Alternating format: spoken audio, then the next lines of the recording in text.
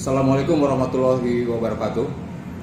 Para sahabat sekalian, saat ini kita jumpa kembali melalui UI Watch, yang kebetulan pada kesempatan ini kita coba berbincang-bincang ya, mendiskusikan situasi baik itu namanya politik, sosial maupun ekonomi, kondisi bangsa saat ini dengan salah seorang mahasiswa yang biasa dipanggil sehari-hari Ajansa, gitu aja ya.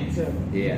Beliau adalah salah seorang mahasiswa di salah satu perguruan tinggi swasta yang kita akan ngobrol-ngobrol ya, bincang-bincang tentang bagaimana perspektif seorang pemuda gitu kan yang mewakili mahasiswa secara keseluruhan gitu tentang kondisi sosial, ekonomi, politik bangsa yang akhir-akhir ini terjadi dalam situasi pemerintahan atau rezim saat ini begitu Haji.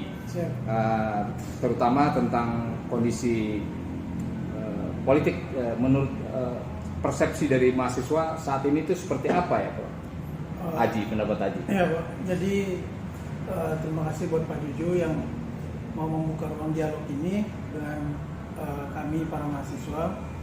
Yang ingin saya sampaikan sekali lagi bahwa dalam situasi seperti ini artinya mahasiswa tidak lagi mengedepankan apa yang namanya audiens dengan pemerintah.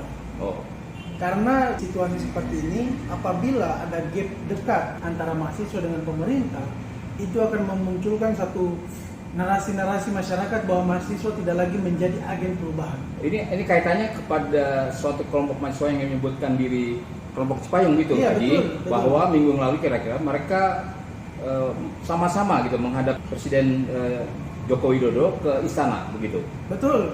Gimana? Saya menanggapi ini sebagai sesuatu hal yang serius, yang mana di saat negara dalam kondisi seperti ini, terutama masalah ekonomi, ibu-ibu kita di pasar antri kelangkaan minyak goreng dan lain-lain, serta banyak beberapa hal-hal yang menjadi persoalan fundamental bangsa ini.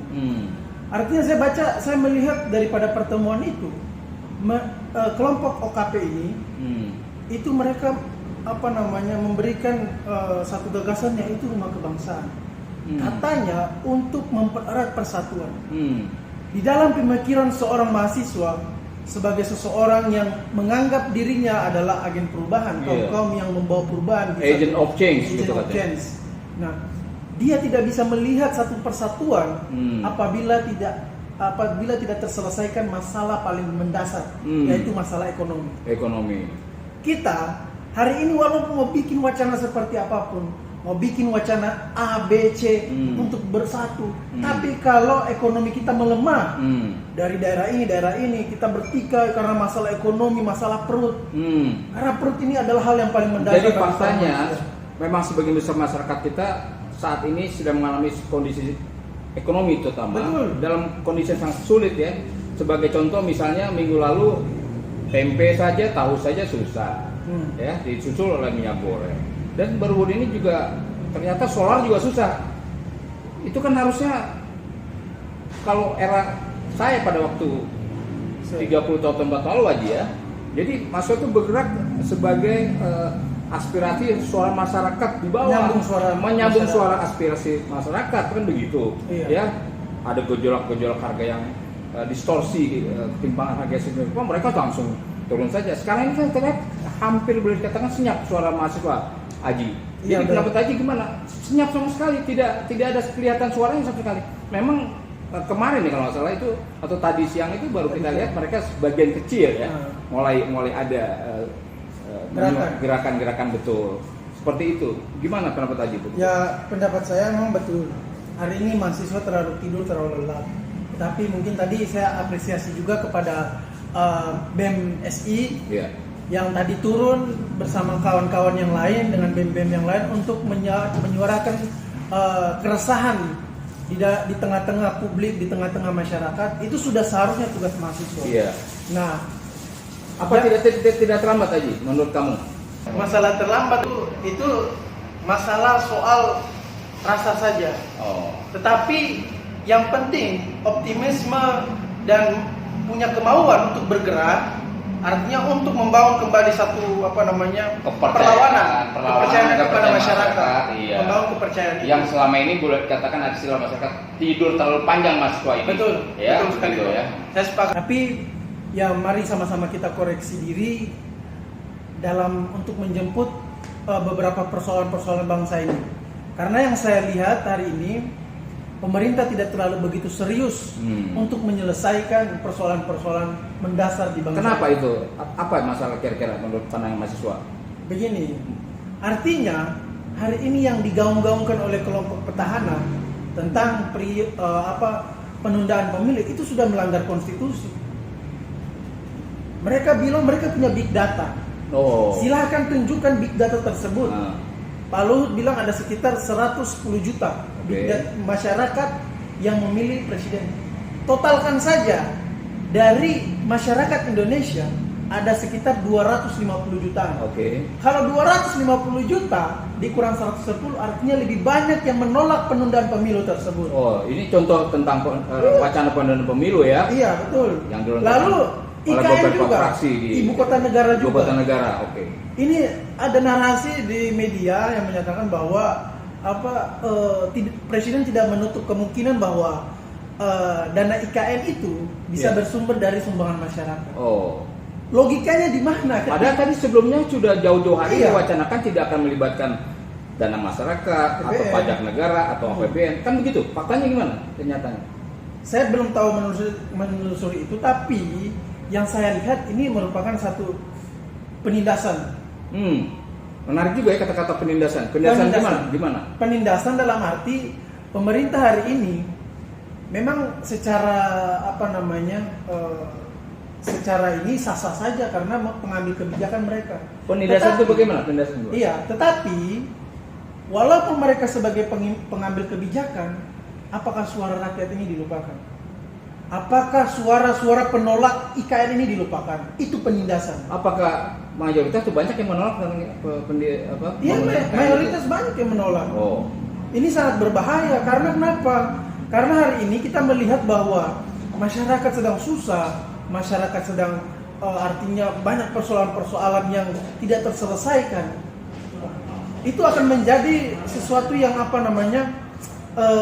tidak benar di tengah masyarakat, apalagi dalam kehidupan bernegara. Karena bernegara itu harus mampu mendengarkan suara rakyat. Itu baru bisa dibilang seorang negarawan. Iya, tadi menarik. Jadi kalau pendanaan IKN itu sekian ribu triliun ya kalau nggak salah, itu karena negara memang betul-betul tidak ada biaya, kemudian berusaha sana kemari. Kemarin Pak Luhut juga berusaha pinjam ke negara-negara Timur Tengah dan nihil kelihatannya begitu. Jadi ini rawan sekali karena kelihatannya kita akan mengarah atau meminjam pinjaman hutang atau katakanlah begitu kepada negara Cina. Ya, pendapat Mas Soe gimana? Tidak menutup kemungkinan kalau misalkan pembangunan IKN itu akan berhutang lagi. Ya kalau misalkan rakyat yang hari ini mayoritas menolak IKN tidak mau nyumbang, ya harus dari mana uangnya? Karena memang menurut data-data ekonomi, data-data statistik tentang hutang kita yang tidak semakin berkurang tapi semakin bertambah terus setiap tahunnya sampai sekian ribu triliun begitu ya. Itu justru menjadi akan beban masyarakat, beban masyarakat begitu. Karena yang kita lihat sekarang ini harusnya presiden sebagai pemimpin negara ini dia harus bijak dan arif dalam melihat persoalan ini. Jangan terpengaruhi oleh sisi kiri, sisi kanan. Sebagai seorang presiden harus mempunyai wibawa. Walaupun memang nanti ada masukan-masukan yang dari pejabat kiri, pejabat kanan, tetapi dia harus punya prinsip bahwa kesejahteraan rakyat adalah hal yang paling utama. Prioritas utama. Apalagi ada wacana katanya ada perpanjangan periode presiden seperti itu. Itu melanggar konstitusi. Memang betul. Andai kata mereka mau melakukan perpanjangan 3 periode itu, mereka harus melalui tahap seperti amandemen. Kita ini sudah capek dengan mengamandemen undang-undang. 4 kali kita amandemen undang-undang, tapi sama saja negara ini belum maju. Ekonomi rakyatnya juga belum berkembang. Jadi tetap saja masa jabatan presiden itu ya mengikuti konstitusi yang ada saja ya. Betul. Artinya dalam demokrasi itu memang siapa saja boleh bersuara. Tetapi bersuara dengan nalar yang dewasa adalah satu hal yang paling penting, karena bagi kami presiden tidak boleh mengutamakan egoisme kroni-kroni mereka. Oh, ya betul itu. Jangan sampai hal ini menimbulkan satu kecaman dan pergejolakan di tengah masyarakat. Jadi suara rakyat itu penting ya, spesial Iya, itu penting. betul Fox sekali. Populi, Fox Day gitu ya. Iya, Suara betul. rakyat adalah suara Tuhan. Suara Tuhan. Oh itu ya paling penting. Ini yang saya mau tanyakan juga sama Pak Juju, artinya Pak Juju juga senior alumni UI Universitas Indonesia Fakultas Hukum. Nah, senior bagi kita karena pernah di jalan juga, sekarang di bidang advokasi Dan masih jalan. di jalan juga. Nah, saya ingin menanyakan kepada Pak Juju, mungkin karena tingkat perbedaan umur yang cukup Generasi jauh, juga jauh juga nih. Artinya banyaklah pengalaman-pengalaman, fenomena, kejadian, peristiwa negara yang pernah dialami Pak Juju tapi belum pernah dialami di masa kami ini. Iya, jadi kita kalau belajar sejarah mungkin Aji juga belajar sejarah dari SMP mungkin ya, SMA sampai kuliah sekarang ini gitu ya. Walaupun saya juga era udah lama juga usia saya masih sekitar di bawah 10 tahun gitu aja ya. Kita sudah mengalami katakanlah sejarah politik kebangsaan kita dari mulai apa yang disebut dengan era Orde Lama begitu kan.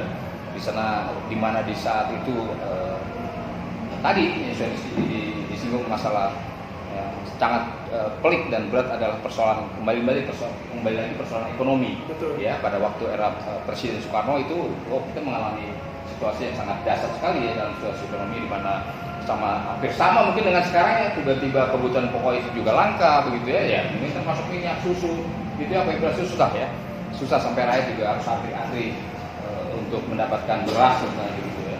Itu sama, itu kita pernah mengalami itu. Belum lagi kita mengalami tanda kutip gangguan-gangguan infiltrasi begitu komunis, Aji ya.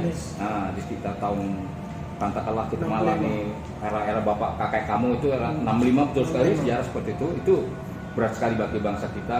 Kita mengalami ujian tentang pemberontakan sejarah kelam. Kita mengalami ujian tentang pemberontakan komunis. Kalau kita tidak hati-hati, kita tidak melawan, tidak mustahil bahwa kita bisa menjadi negara komunis ya. Ya demikian. Kemudian kita juga menginjak atau memasuki era Orde Baru, Orba, begitu ya, di era Soeharto. Walaupun memang banyak positifnya, di era beliau itu banyak pembangunan segala bidang fisik ya, bangunan fisik itu kelihatan nyata sekali. Tapi ternyata juga ada KKN ada, yang istilah KKN itu memang timbul di era Orde Baru, Aji. Kemudian yang paling menyorot sekali adalah periode periode masa jabatan presiden, di mana di UUD kita memang belum ada pembatasan saat itu, Undang-Undang Dasar 45 kita. Tidak ada seperti pembatasan pada era sekarang, yaitu cukup 2 periode saja, ya dibatasi limitation itu di konstitusi kita. Pada waktu era Orde Baru itu tidak dibatasi. Oleh sebab itu kepleset tanda kutip ya. Presiden Soeharto pada waktu itu kepleset karena dengan alasan masih mendapat dukungan rakyat. Kan begitu. Jadi beliau terus memperpanjang sampai dengan 32 tahun. Dan itu akhirnya dilengsarkan. Iya, mungkin era Aji baru masuk mahasiswa itu sudah mulai terdengar ya gejolak-gejolak mahasiswa, demo di mana-mana, dan akhirnya jatuh juga. Ya, ada Pak Presiden Soeharto. Nah, era sekarang sudah jelas melanjutkan era Orde Baru yang kata era reformasi, yang seharusnya ada perbaikan semua sektor kehidupan, Haji. Berarti artinya apabila penundaan pemilu atau perpanjangan periode ini itu bisa mengkhianati nilai-nilai reformis yang sudah.